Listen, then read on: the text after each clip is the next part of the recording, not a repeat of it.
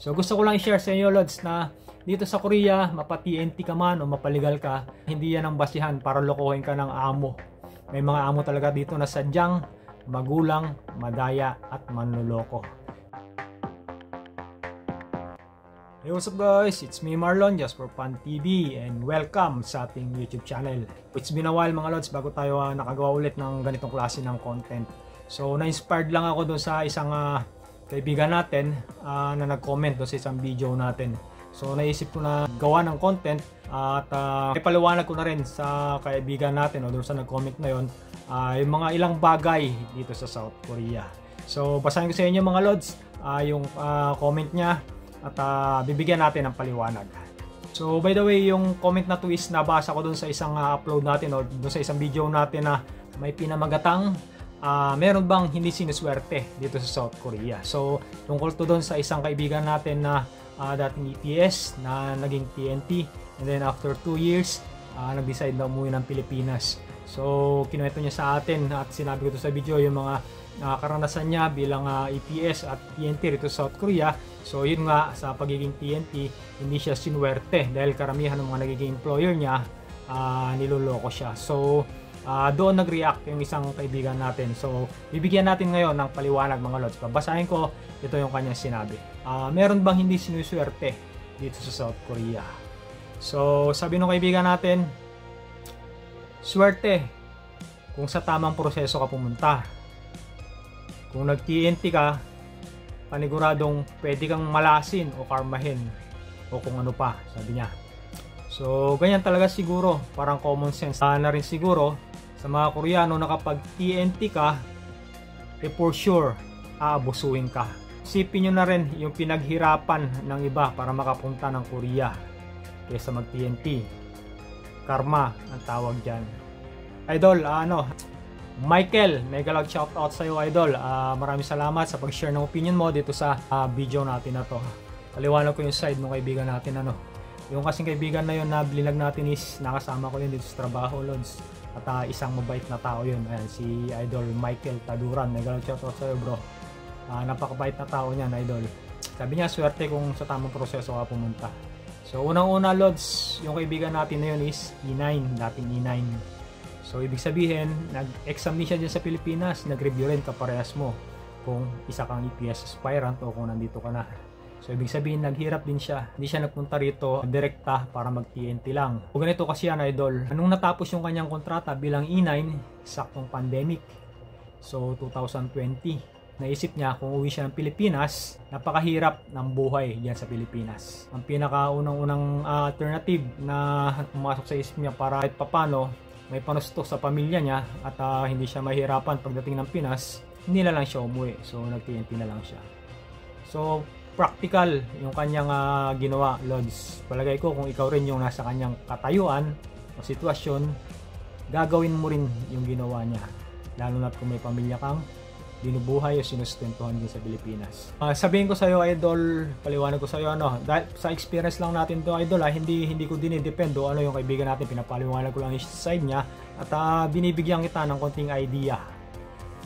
Dito sa South Korea idol, kahit EPS sinasamantala din at niloloko ng mga amo. Andyan yung hindi pinapasahod ng tama, mali-mali yung occupation. Yung iba, hindi pinapasahod ng tama sa oras. Oh no! 2 months to 3 months na delay.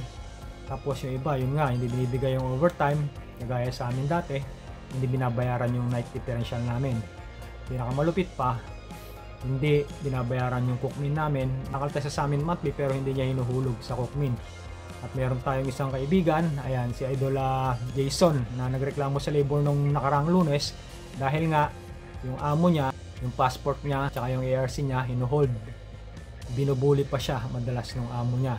Tama yun sa oras ng trabaho niya, pero kulang yung sweldo na binibigay sa kanya. Ang nakalagay doon sa payslip, meron siyang early out na wala naman, nasakto naman. At yung overtime niya, hindi tama ang bayad.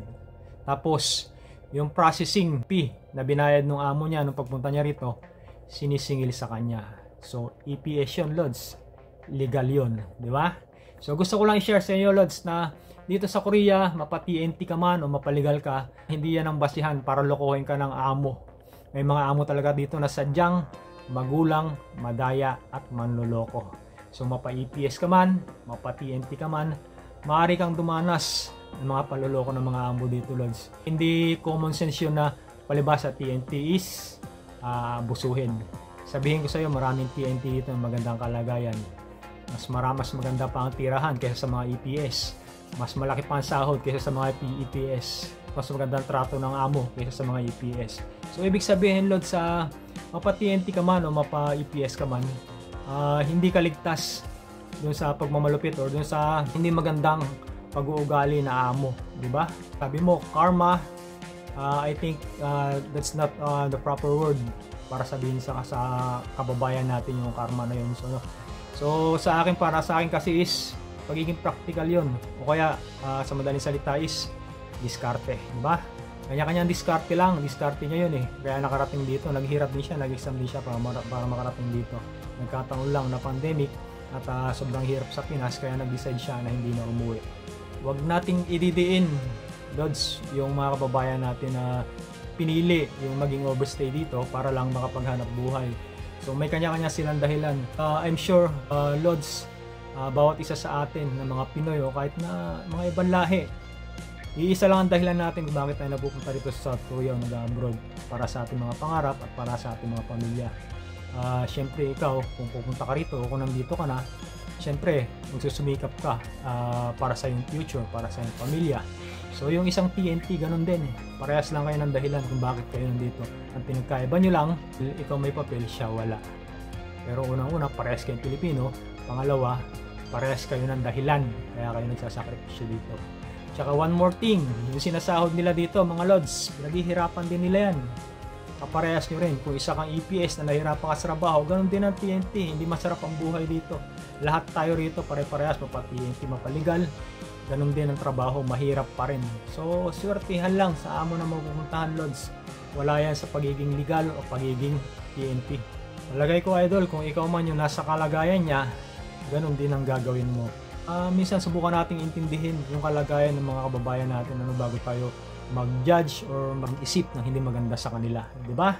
So hindi natin alam yung pinagdaraanan nila, hindi natin alam yung mga dahilan nila kung bakit ginagawa nila yung mga bagay na yun. Kasi sa atin dyan sa Pilipinas, sa mga aspirant, lalo na sa mga aspirant ang common thinking kasi ninyo na nandiyan sa Pilipinas, kahit na ako noon nga sa Pilipinas pa ako, kasi yan ang tinuro sa akin o sa amin ng KLC na pinag-aralan ko, na yung mga TNT raw dito sa South Korea, isa sa mga dahilan kung bakit bumababa yung quota ng mga Pinoy na kinukuha dyan sa Pilipinas. For your information, idol, hindi tayo ang pinakamaraming TNT rito. Naunguna yung mga Thailand, Vietnam, pero marami pa rin silang quota na napapupunta rito.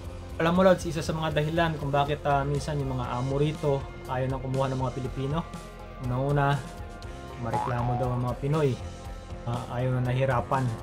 Kunting hirap, kunting ganito, ganyan, release. Yun ang dahilan kung bakit umaayaw yung mga Koreano sa ating mga Pinoy. Dahil hindi tayo sanay daw sa hirap. Mareklamo tayo mga Pilipino. Yan ang ilan sa mga dahilan, Lods, hindi yung mga TNT kung bakit bumababa yung quota.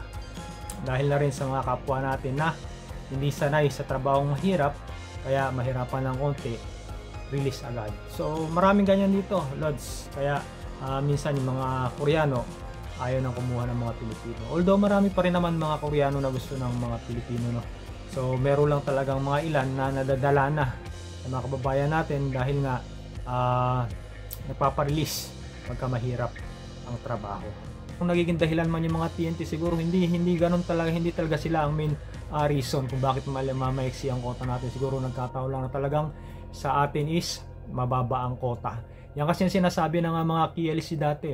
Pag marami nag-TNT, mababa ang quota. Bakit ng Thailand at Vietnam napakaraming TNT rito, pero ganun pa rin naman ang quota nila. So lahat halos ng nationality na napupunta rito, maraming TNT, pero bakit marami pa rin naman ang quota nila, di ba? So ang common thinking ng iba dyan sa Pilipinas, yun nga, dahil sa mga TNT, kaya yung quota ng mga worker na dapat kunin dito is nababawasan.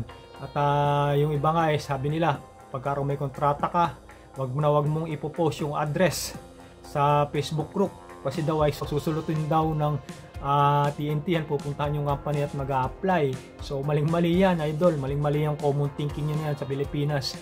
Unang-una, ang isang TNT, hindi yan basta-basta pupunta sa isang company, lalo na kung walang referral o hindi niya alam, hindi niya kilala. Sigurado ba kayo na yung company nyo na ipinost nyo o yung tinatago nyo yung address is maganda, pasahod, maganda ang trabaho at magaan para sulutin ang isang TNT. For your information mga lods, bibigyan ko kayo ng tip. Ang mga TNT, hindi yan basta-basta pumapasok ng trabaho. Mostly yan mga referral, mga kilala, yung talagang mga mapagkakatiwalaan. Dahil sila nga ay TNT, syempre hindi sila pwedeng basta sumugod sa isang company o sa isang na hindi nila masyadong kilala, dahil maaari silang ipahuli, di ba? So mga trusted yung mga pinupuntahan nila mga company. So hindi nila basta-basta susugurin yung company mo kung makita yung address mo dyan sa group na pinano mo yung kontrata mo para lang mag-apply. Siguro kung umatras yung amo mo, hindi ka kinuha, yun ay maaaring problema sa kumpanya. Kung bagay humina yung production, kaya inatras yung pag-hire sa'yo, kinancel yung visa mo, hindi na nila kailangan ng tao, humina nga yung gawa, wala nang gawa, kaya hindi na nagano ng kaya naman natagalan sa proseso ng pagpunta dito. Kaya nainip, kumuha na lang ng mga release na nandito. So hindi lods, hindi mga idol, hindi palibasan na sulot kayo o nano yung quota ng mga dyan dahil sa TNT. Hindi mga lods, mali ang kaisipan nyo na yan at dapat yung baguhin yan. So gusto ko lang ibigay yung side nila mga lods, hindi tayo pumapanig sa mga kasi mostly naririnig ko, nakikita ko, marami akong nakikita sa mga posts na minsan dinidiin yung mga yung mga walang visa na mga kababayan natin. So mali yun mga idol, hindi dapat ganun. So hindi nila maibigay yung side nila kasi nga unang-una nagtatago sila at pangalawa nag-iingat sila. At pangatlo, sa tingin ko naiintindihan nila yung ginawa nila, may konting guilt, kaya hindi na nila kailangan makipagdebate. Siguro may punto kayo na sa mga inaano niyo sa kanila, pero yung tanging pagkakamali nila is yung nag-TNT sila o nag-overstay. Pero yung maliban doon, palagay ko wala na silang ibang kasalanan sa inyo, di ba? Kung hindi man kayo ma-hire niya sa Pilipinas, kung makancel man yung visa nyo, is siguro is sa pagkakataon na rin yan at hindi nang dahil sa mga TNT. Ulitin ko lods, dito sa Korea walang TNT o legal dito. Maraming mga amo dito talaga na sadyang barumbado at manluloko. Marami tayong mga kaibigan, lalo na ngayong panahon na to, itong factor ng pandemic na to, na mga niloloko at dinadaya ng mga amo. Maraming ang release ngayon dito dahil isa sa mga dahilan, niloloko sa sahod, hindi pinapasahod, kulang-kulang yung sahod. So yung iba nagsasarado dahil mahina ang kumpanya. So yan idol ang pangyayari dito.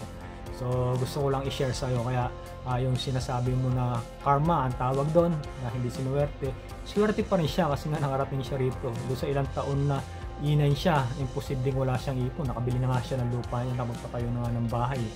So napatapos siya na rin yung kanyang kapatid na bunso sa pag-aaral. So swerte na yon, di ba?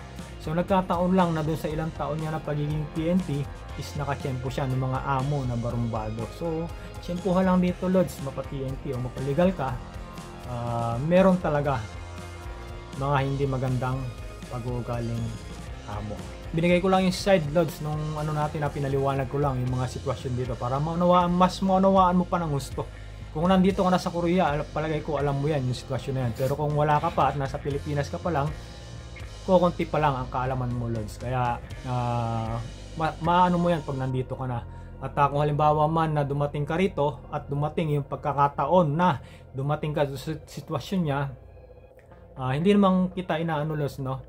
Huwag naman sana dumating sa punto na ikaw rin balang araw magiging membro ng mga TNT na sinasabi mo, di ba? So intindihan lang lods, unawaan lang dun sa mga kababayan natin na nakipagsapalaran din dito. May kanya-kanya tayong dahilan, kagaya na sabi ko kanina, pero isa lang ang tiyak, parehas tayo, di ba? Yung pagsasakripisyo natin dito, ginagawa natin para sa ating mga pangarap at pamilya, mapa-EPS man o TNT, di ba?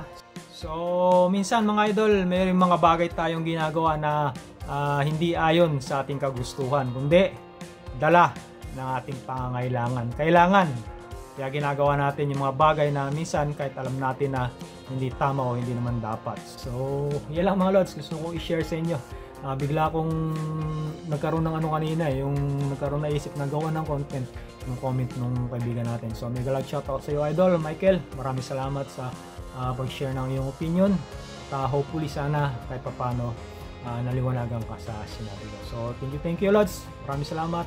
God bless sa iyo. So, sa mga kababayan ko, maraming salamat sa suporta, sa panonood. Ingat-ingat kayo sa makita ko ng mundo na roon. God bless sa inyo lahat. So, siya nga pala mga Lods, shoutout ko yung tatlong kababayan natin na na-meet ko sa Baran nung Sunday. So, nagsimba ako sa church. Tapos napunta ako sa harap kasi yung mga bago daw mag-introduce sa harapan.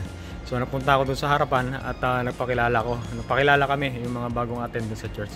So pag upo ko, nagulat ako. Sabi nung tatlong magkakatabi sa upuan, Lord, sabi nga sa akin.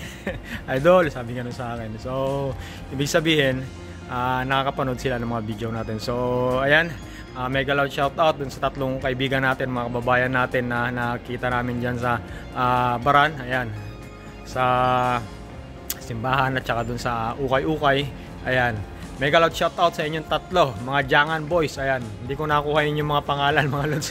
Nakakalimutan ko na hindi man lang tayo nakapagpa-picture mga idol. So ayan, shout out daw sa susunod na vlog natin. So ito yung sa vlog natin na susunod. So mega loud shout out sa tatlong kababayan natin na taga Jangan. So malapit lang dito sa atin yun, yung Jangan mga lods. So dumaan kami doon nung nakaraan, nung nagbike kami, naligaw kami, nakarating kami ng Jangan. So mega loud shout out mga idol. Ingat-ingat palagi sa trabaho.